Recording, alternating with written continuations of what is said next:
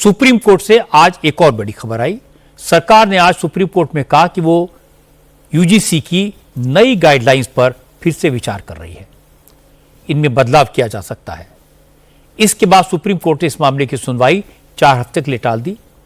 UGC ने जनवरी में नई गाइडलाइंस जारी की थी। इसके तहत हर यूनिवर्सिटी को एक कमेटी बनानी थी।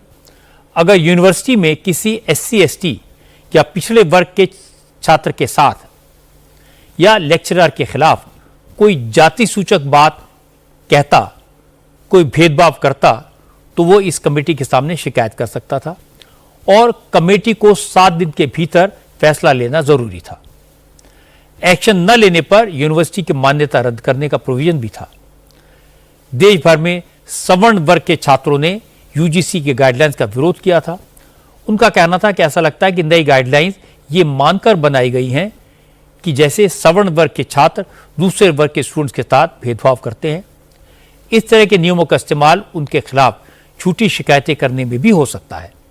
शिकायतकर्ता को कोई सबूत देने की जरूरत नहीं है और आरोपी के पास बचाव का कोई अवसर नहीं है।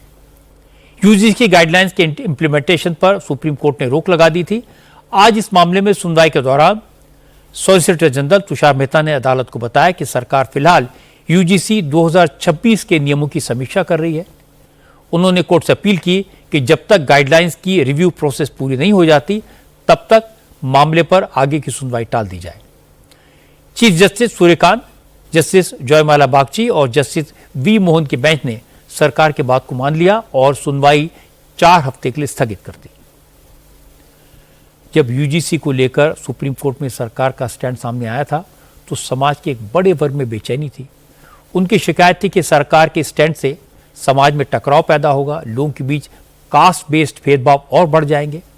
इसीलिए सरकार ने यूजीसी रेगुलेशन पर फिर से विचार करने का फैसला किया। लेकिन इसके पीछे राजनीतिक कारण भी है। बड़ी संख्या में सवर्ण समाज के लोग सरकार के प्रति अपनी नाराजगी जाहिर करने लगे थे। यह भी इस रेगुलेशन पर पुनर्विचार का एक कारण है।